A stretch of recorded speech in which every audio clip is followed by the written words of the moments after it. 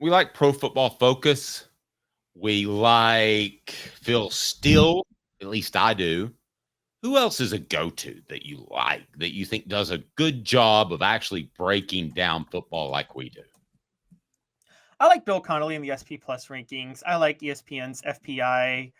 Um, I'm a fan of all of those. I like, put it this way. I like analytical methods used to determine better teams. Now let me be very clear with that. I like them better than the AP and coaches polls. But that doesn't mean I like them. That doesn't mean I think they're right. They're like the end all be all, because they all have methods, and all these methods are flawed. And guys, I can tell you as a college football historian, the way many national champions were crowned before the AP and coaches poll era was there were these type of analytical methods, the Sagarin ratings and things like that, and they were all uniquely flawed. And that's why you see some teams like Alabama and Iowa with 2 or 3 losses in a season like to say they were national champions for a season, because one flawed rating made them number one. So I think you take all of these things with a grain of salt. But I just like the ones that aren't straight up biased, that say, you know, that rank things for absolutely no reason. I like computer rankings. I just don't like them as the end all be all. Sure. And we don't particularly like places that give additional stars to guys just because they commit to certain schools. I'll just throw that out there. One of the ones we do like is Pro Football Focus. They don't like Tennessee. And that's statistics. That's analytical. That's not just someone writing a column about what they think. Throw some numbers at me that are a little bit scary, Caleb. So we spoke with Jimmy on Wednesday, and Jimmy talked about how we talked about how their PFF power ranking is 16th. Well, a few more details came out. They have a 4% chance to win the SEC. That's right, 4%, according to PFF. Their projected win total, 7.3 this year. That means their most likely win total based on PFF is 7-5, because that's rounding down. You got to round down with that. 7.3, 7-5. Okay. Now let's ask the question, why? Why is that the case? One has got to be a guy named Iamaleava. Everybody thinks he's going to be great, but I have no issue or bone to pick with somebody that says, I want to wait and see it. And if you use analytics, then you are definitely not going to get a boost for having Nico, who has only played one game as a starter in Tennessee's system. I mean, this sounds crazy, but in an analytical thing like this, Nico is actually a detriment to you, right? With PFF, not as much. He's just not as much of a strength as he should be because of his lack of play. But his PFF grade does help them because he got an 84.9 grade in the Citrus Bowl, and they know he's starting. So that's what they're going off of right now.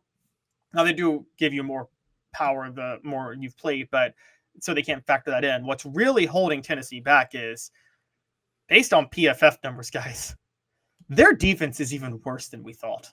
Like, their defense is even worse analytically. And here's the other point, Dave. Losing Tyler Barron and Tamarian McDonald, those were the 2 highest PFF graded defensive players for Tennessee last year, and they're both gone.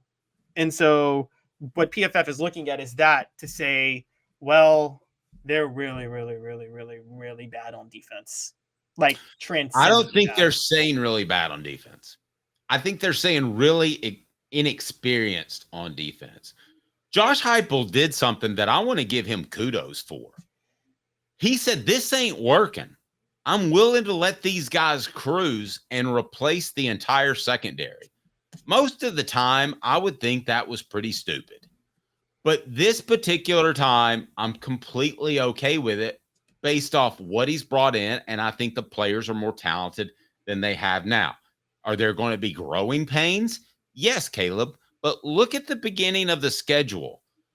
I know Oklahoma's there in September, but you've got games to figure out chemistry on the back end, which I think is another reason why Josh Heupel was willing to make such a significant flip in the secondary. So when you have all that inexperience, even though they may be fantastic transfer players, it's going to hurt you.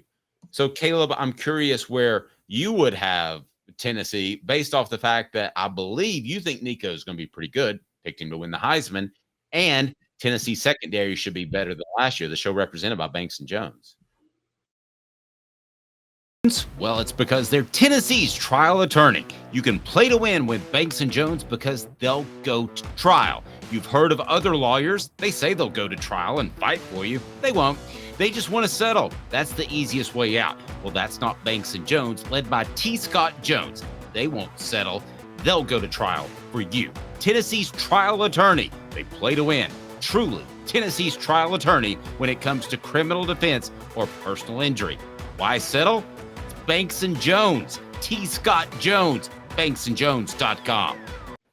Caleb, I think we'll be proven right that Nico is the right decision. Paying him X amount of dollars is the right decision. Is it the right decision to totally, revamp is not a strong enough word. Your secondary, what do you make of that move? No, I think we'll be proven right too. And this is the flaw with PFF is they can't quantify these things because what they're looking at is Tennessee lost. They had 9 players on the back end, linebackers, corners, and safeties that played 300 snaps last year, and they lost 8 of them. They can't quantify the fact that that's actually an improvement.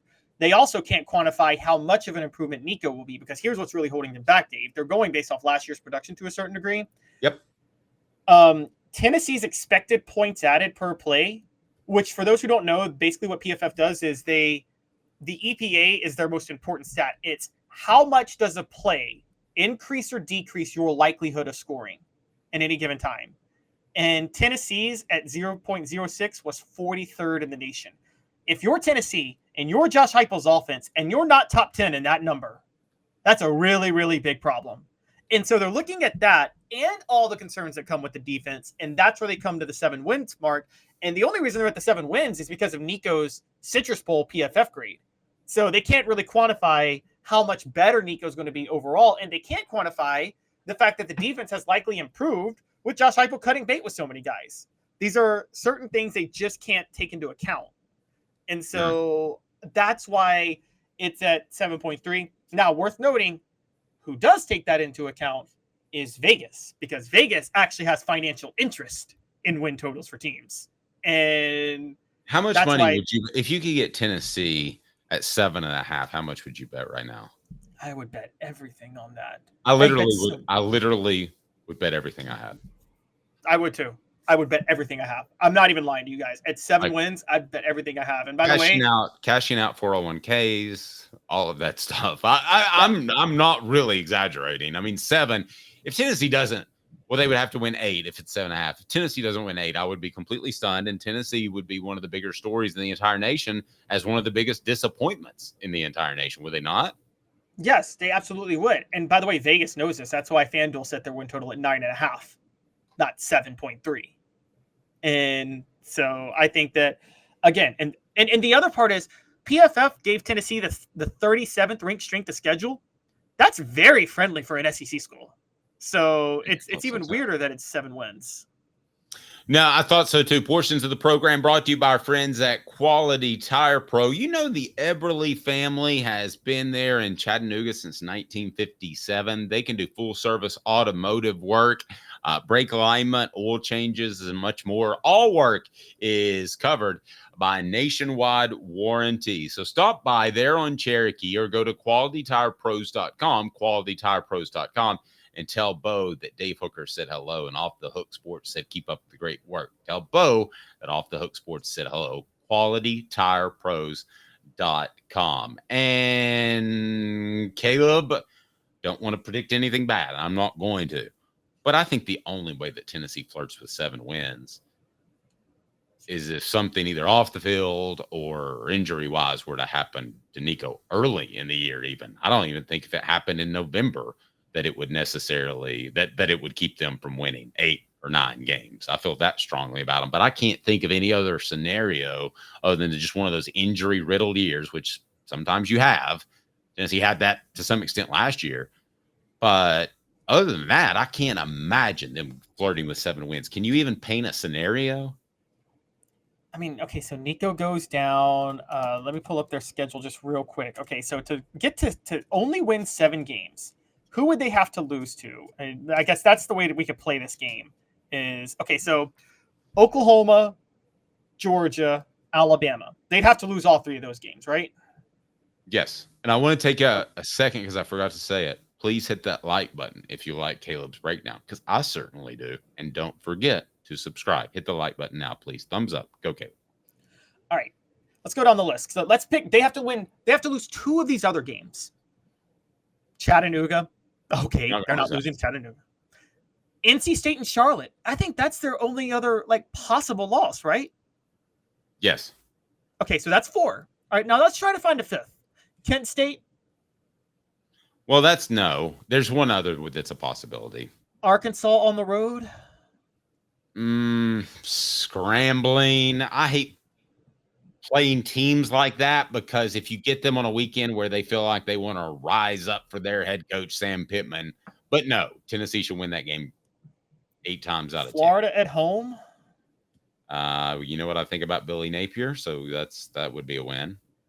Kentucky at home, off a bye. See, I was going to say Kentucky is a possibility because I've heard their offense is going to take a step forward, but you're right. I mean, that's after a bye at home. That's after a bye, and Kentucky will have played Auburn the week before, so Kentucky will be drained. And so, I think I just don't see Tennessee losing to them. Mississippi State at home with a new head coach. I don't think so. Yeah. I mean, but some people didn't like Tennessee's schedule because Alabama stayed on it. But if you don't think that the SEC did Tennessee a favor, maybe unintentionally, with the schedule, you're crazy because this schedule is absolutely it's tailor-made. It's tailor-made. Oh, absolutely it is. UTEP. I mean, and then at Vanderbilt. I understand Pro Football Focus's point, and I get that, but you're learned fans on here, and you understand why it's not entirely accurate when it comes to predicting Tennessee's upcoming season.